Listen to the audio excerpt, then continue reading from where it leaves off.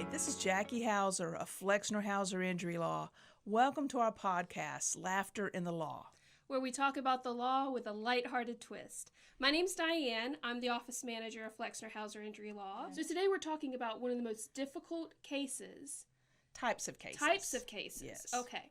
All right. So let's first learn about what these cases are, and then we can talk about why they are this difficult, and then talk about how you handle such difficult cases. Is that kind of what we're going to be talking about today? And we'll try to do all of that in less than 8 hours.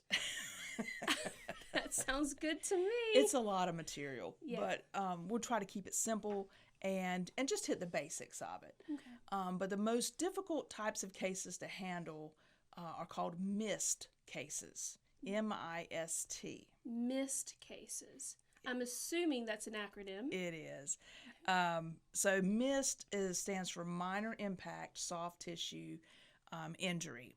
And the insurance companies have special protocols for those types of cases. This all started probably about 40 years ago. I remember the dawn of that. I was working in law at the time. And so the insurance companies have a certain protocol for that. Some of them have algorithms. Some of them have computer programs that tell you how you're going to handle the case. And it's pretty common now for most insurance companies handle missed cases the same way. And so generally what it leads to is a minimal offer or just flat out denial of your claim saying, well, you were in an accident, but you couldn't have been injured, and so we're not going to pay you anything. But how do we get here? Well, like I said, about 40 years ago, a certain insurance company kind of spearheaded it and just said, we're going to defend these cases vehemently. So how did we get here? Yeah. Whenever many years ago, back in the 80s, is whenever all this kind of dawned, these missed cases acronym kind of dawned. And before that, it was just pretty typical. You got into a car wreck, you had $4,000 worth of medical bills, and you recovered 3 times your meds. You hired a lawyer, they got 3 times your meds, you walked away with $12,000, you paid your lawyer, you paid your medical bills, and you had money in your pocket for pain and suffering. Sounds pretty easy to me. It was a good system. And even to this day, we're bordered by states who still do that. South Carolina is a very liberal jurisdiction. North Carolina is not. And so I've told people before who've lived in South Carolina or Georgia or Florida, very liberal jurisdictions. North Carolina is not. And so if someone looking at this in another state may go, we don't have that. I just got X amount, and I only had this amount of medical bills, and that may be true. But in North Carolina, MIST is alive and well, and so we handle these cases certain ways, and certainly know that we're going to have a difficult row to hoe whenever we're dealing with these kind of cases. So where was the transition? We may be honing this a bit too much, but but in the 80s or early 80s, this is how it was originally handled. And then what changed? Why does it not handled like that today? Because certain insurance companies spearheaded the whole MIST acronym campaign and just said, we're either going to deny or we're going to minimize the recoveries for these. So no longer were we under the, well, I'm going to recover 3 times my meds kind of philosophy anymore. And so they started denying these cases, defending them vehemently.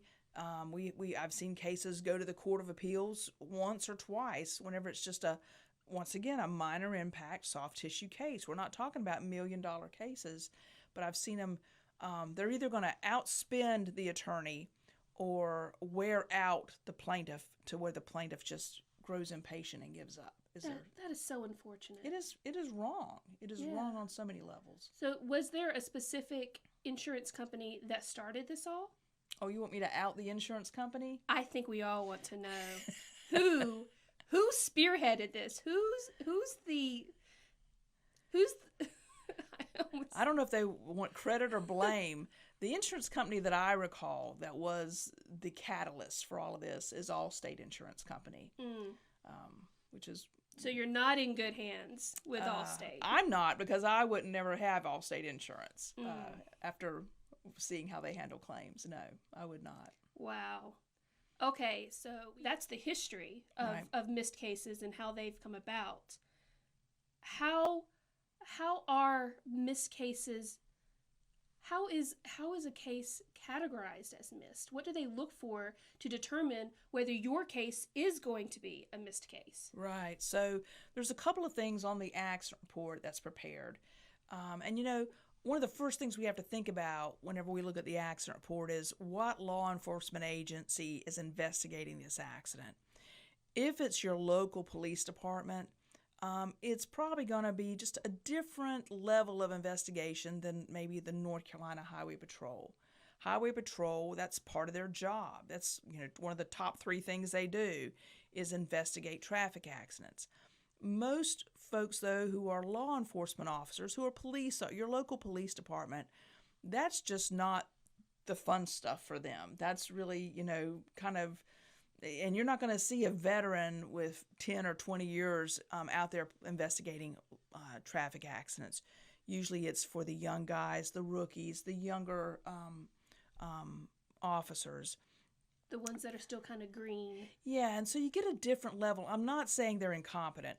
That is not what I'm saying. I'm just saying you just get a different level of knowledge and experience whenever you see a police department versus, the highway patrol. So that's the first thing we look at. But what do the insurance companies look at? They look at about 4 or 5 things that I look at as well, and I'll try to run through them and just jump in if there's questions. Right. First thing they look at is what is the property damage, Now, they certainly want to see pictures, but they do look at what is the property damage, how much is the property damage, and is that vehicle drivable from the scene? You had this experience recently your own self. Yeah, I had a little fender bender, and luckily I was not hurt. So my case isn't technically a missed case. However, I still had a crumpled up backside to my car. And when the police officer assessed my damage, he only put down about $2,000 worth of damage. But whenever the body shop assessed my damage, and they assessed closer to $9,000. And the insurance company does know that the body shops kind of estimate above so that the insurance company is not surprised by the amount. But I talked to the liability insurance just the other day, and they are expecting to pay close to $8,000 for my damage. That's completely different than the $2,000 that is on my accident report. Now, what they're going to argue, though, if, and certainly, you could say, hey, my mom's a lawyer. My mom's a personal injury lawyer. Spoiler alert, I'm her daughter. We didn't explain that in the first podcast. Or we could say that. Or what you could say is, hey, I work at a personal injury firm. Yeah. I know how these cases are handled. But I guarantee you, whenever that insurance adjuster calls the average person and tries to negotiate their claim, they're going to go, well, you only had $2,000 worth of damages. And the average person may or may not know how much their estimate of damages is. Or maybe their husband handled it, but the wife is the one that was driving the car and she's the one with the injury claim. So she doesn't know what the property damage is because her husband handled it. And so, anything they can do to minimize it, right? So your car was drivable. You're still driving it because you still haven't gotten it repaired yet. You got a date to go in and get it repaired. Right. So yes, your car was drivable from the scene. Minor impact, $2,000. It depends on the year of the car. But it depends on the make and model. But $2,000 could be categorized as a minor impact depending on the car. Granted, just to get in, is the police officer didn't see that I had a backup camera that is cracked. I mean, that's going to be a major cost. But it's things they don't look at. I mean, Right. and from what I understand, police officers are not as trained in that as highway patrol. Right, exactly. And plus, the officer isn't crawling inside your car and checking underneath. They're not going underneath to see if there's any internal damage. They're looking with the naked eye to see what they estimate. And it is an estimate. of what that damage is. So that's the first thing. The second thing they look at is, did you complain of injury at the scene? Now, here's what happens. The officer arrives, and the officer typically says, if they don't see blood or guts or things like that, they say, do you need an ambulance? And you probably say, like you did, no, I don't need that extra $1,500 bill. Yeah. No, I don't need to have that ride. You know, there's only two people that ride in an ambulance, those that don't care how much it costs and those that don't care how much it costs. Because whenever you're in an ambulance, you don't care how much it costs. And, you know, it'd be cheaper to take a limo. If you're really not hurt, just grab a limo and take that to the hospital versus taking an ambulance. I don't think you'd be reimbursed for the limo, though. So. And don't take... That is being said with sarcasm. Yeah. An ambulance definitely has... more equipment in case you need, you know, to be resuscitated or your vitals observed. Or I'll give you a short instance. I'll give you an instance. I had a friend in town that was in a car accident, and she called me first. It was a bad accident. She was like vehicle 3 of maybe 5 in this car accident, and quote, all she had injured was her wrist. Now, her wrist, she was hurting. She didn't think it was broken, but it was hurting. Her car was not drivable, so someone was going to come and get her anyway. But she was saying, you know, and she was very upset because this very bad accident had happened, and she was kind of one of the peripheral vehicles. But she said, you know, I mean, do I need an ambulance? And she said, there's one here, and they're trying to get me to go on the ambulance. And I said, you know, you can't drive away. You don't know what your other injuries are. You know your wrist is hurt. We just don't know what the injury is. In that instance, take the ambulance. You don't know what your injury is. You can walk to the ambulance. You can sit in the jump seat and take the ride, but at least you're getting medical care on the way, and they're starting to document it. The other plus is you're getting a fast track to getting medical care in the ER versus going and sitting in an ER for hours and hours and hours. And correct me if I'm wrong, but whenever there is some type of strained, stress-filled situation like that, I mean, your body starts pumping adrenaline through you anyway, so you may not even be aware of the pain in the moment, regardless of whether it's a missed case or something more devastating. Absolutely. There is just so much on that. We could have a whole podcast just on the adrenaline rush that you have. And I've even had folks that work in the insurance industry get into wrecks, and, you know, they're fine right then. I'm talking about insurance adjusters. They have told me, they were saying, well, you know, I was fine, and I drove away, and I went home, and I just went to bed that night, and the next morning could not move a muscle. Because why? All the adrenaline had left, and now your muscles have seized up from the impact, and now you realize you are injured. You didn't realize it at the scene because you're all of a sudden in survival mode at the scene, and you're like, as long as I'm alive, I'm okay. Right. You know? And if your car is drivable and you're having that adrenaline running through your body, that's probably masking any kind of headache or muscle, soft tissue injury, then the insurance is assessing that you're driving away without an ambulance, you are not hurt. Right. And the officer, like I said to begin with, the officer a lot of times will say, do you need an ambulance? And if your answer is no, then the officer's interpretation of that, especially a police officer, is you're not hurt. I'm going to code that on my form, not injured. So that's the second thing is, you know, estimate of damages, you know, is it drivable, or kind of go together. And then, did you need an ambulance? Is there a complaint of injury? Those are two different blocks on the accident report. Right. So those are very important things that they look at. The third thing that the insurance companies look at to categorize it as a missed case is speed at impact. That's on the back of the accident report. We always look at that. First of all, what is the speed limit, and what is the estimated speed at impact? Now, the officer wasn't there at impact, right? So they get those numbers one of two ways. Either you tell them The officer may say, "How fast are you traveling?" Writes it down. Right. Or they estimate. It's on the action report, estimated speed and impact. And I'll tell you that most police departments train for the officer to write down the absolute minimum that the speed of impact could have been, not the maximum. So it may have been a 40 mile an hour or 45 mile an hour accident, but the officer looking at the damages may say, well, the minimum probably will be 25. So they write down the lower number.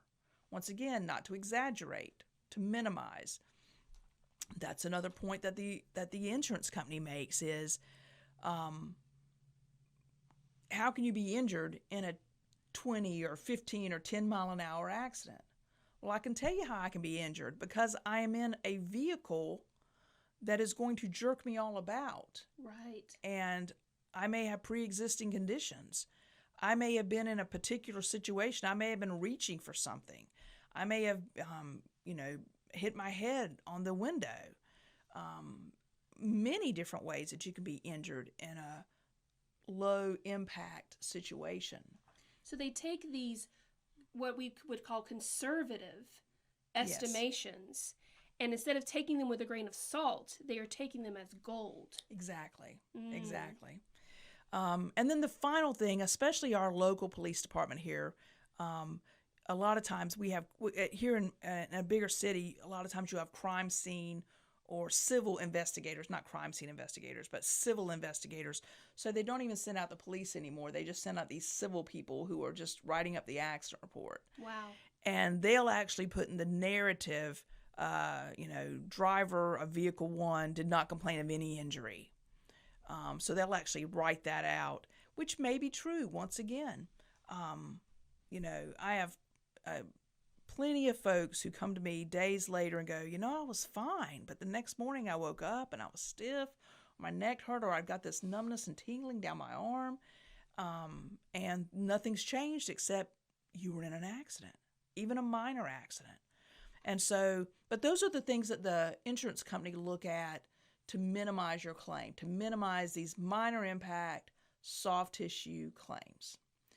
Soft tissue being you don't have a broken bone, no staples in your head, no bleeding, bruising, maybe not. But mainly soft tissue, your neck, your back, your shoulders just aren't right. They're just, something's just all tied up back there. Those type of claims. And minor impact also means car was drivable away from scene. Typically, yes. Now, if it's not drivable, if you got a flat tire, that's considered not drivable. But they may still say, well, you change the tire and you can drive your car away. Okay. So that's typically the things that they're looking at to categorize it as a minor impact soft tissue case. And then at that point, they're just going to minimize, number one, they may flat out deny that you could have been injured. Because they're clairvoyant. Because they're clairvoyant. They have the magic ball where they can see who is and isn't injured in an accident. And they can just, I have a case right now where, I filed suit, which is what we have to do sometimes with these things, because they just denied that my client could have been injured in this accident. And I'm like, so you're not even going to make him any offer because you just know. I mean, why do we even have doctors? We should just send everybody to insurance adjusters. Yeah.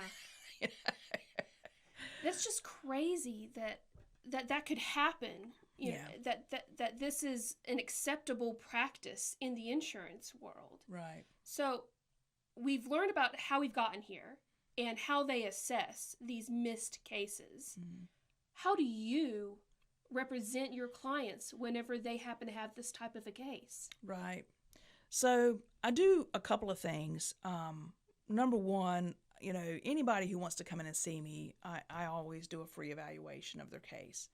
I have folks that come in and talk to me and say, if I decide to hire a lawyer, I'll come back, and that's fine. But there are times where I look at the case and I look at their treatment. Once again, it depends on how long has it been since the accident. Did you go and get, the important thing is, if you feel like you're injured, soft tissue, neck, whatever, get treatment. Don't delay that.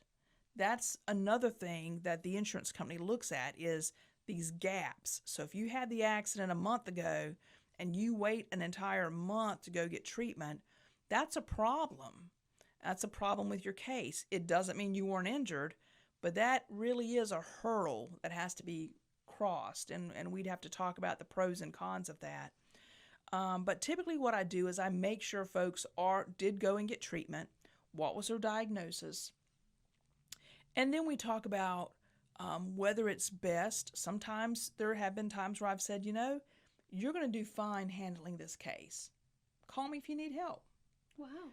And it depends on the insurance company. It depends on a multitude of factors. We can't even go into all of those. And a lot of it has to do with the client. Client, insurance company, injuries, those are probably the top three. But then there are times where, I'm more than happy to help with a missed case because I know that they are going to hit a brick wall. And it's just going to be deny and delay. Delay is the other big tactic that the insurance company has. They can wait you out. And so with missed cases, what it requires is a lot of patience on the part of the client. Because I'm assuming, if I was your client, I would assume this is an easy case. And also I didn't have to have a lot of treatment. Why is it taking so long? It's all in black and white there in my records and in my bills. And I could understand how I would think that this would be an easy case for you to be able to just handle within 3 months of me coming to you. Right. Wouldn't that be wonderful? Oh, man. Yeah. Wow. I'd like to sign up for that. Yeah, they are not easy cases because of that. You've described it perfectly. You're in the accident, you get some medical treatment, whether it's physical therapy or chiropractor.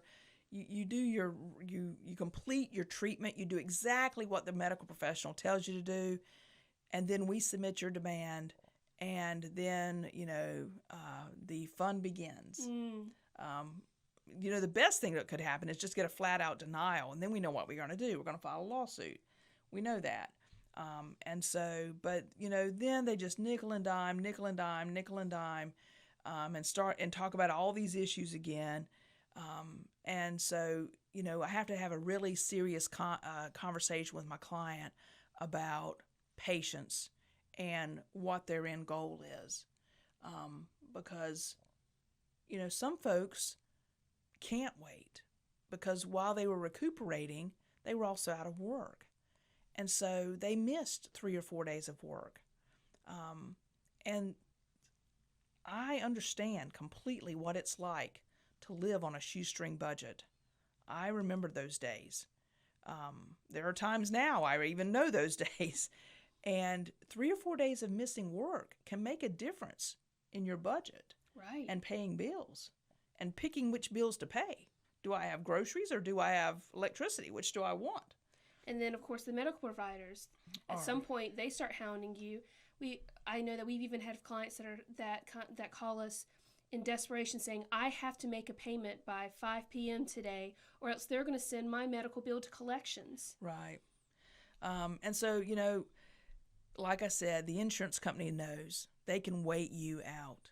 And so we try to have an open line of communication with our clients and try to let them know, we're on the same team. We are on the same team. But these missed cases, they didn't defend, and deny, and delay. And so, That sounds like a battle cry for the insurance. That should be their logo, not you're in good hands or like a good neighbor? Or like a good neighbor. I don't want those Just neighbors. Deny, defend. And what was the other D? Defend, deny, delay. Delay. Yeah. Oh, man. Yeah. So, anyway, that's, I do have clients who fortunately say, take your time, do what you need to do, give them heck, and And I love that. Yeah. And then there are those who can't, and we just have to negotiate the best we can within the parameters of what my client says, how long they want to wait. How do you assess whether to take a missed case or not? There's a lot of intangibles in that decision. I'm always thinking about trial, even though a minimum number of cases go to trial or even go into litigation. I'm still going to think about, is this a case that we're going to take to trial? And I'll get that flavor and that feeling from the client. Are they willing to wait? I have a client right now who was like, take it. I'll just let you, just call me whenever I'm supposed to be in court. Now that's good. And I mean, we filed the suit, and all of a sudden the insurance company's like, wait, you filed suit. Well, what's your demand? Well, my demand's the same as it was before. Right. Now you're showing them that you mean business. Exactly. So there's a lot of intangibles there. I talk about each one of those things. I talk about each of the things that we've talked about today. And then the things like, do you want to sit for 2 or 3 days in a trial? Do you want to go to court? We talk about, and of course, along the way, any offer that's given to me, I certainly call and talk to the client about. So they're part of the decision-making process because this is their case. Right. I'm your advocate, but this is your case, and so ultimately the decision is yours. And some clients, even though we file suit, we settle. I settled a good one the other day for a fellow who was injured in an accident. We filed suit. We let him know we were serious, and we got him a good settlement. One last question. Are there any insurance companies that whenever a missed case comes across your desk, you go ahead and tell the client, we are going to go ahead and file suit? Yes, there's at least one that they just don't negotiate. And we can either waste 6 months or we can file suit. And I let the client decide. If they want to play the game, we'll play the game. Yeah. But I'm just going to let them know we're going to waste 6 months. So yes, there are. There's at least one, and maybe others. And I'm assuming you're not going to stir the tea and let us know which one that one is. I'm not going to stir the tea on that one. Ah, mysterious woman. Okay. All right. Well, you keep your mystery. Okay. Well, thank you for joining us today. I hope that you took away some great information. I hope that we were entertaining enough for you. And thanks for joining in for Flexner Hauser Injury Law, Laughter in the Law, where we talk about the law with a lighthearted twist.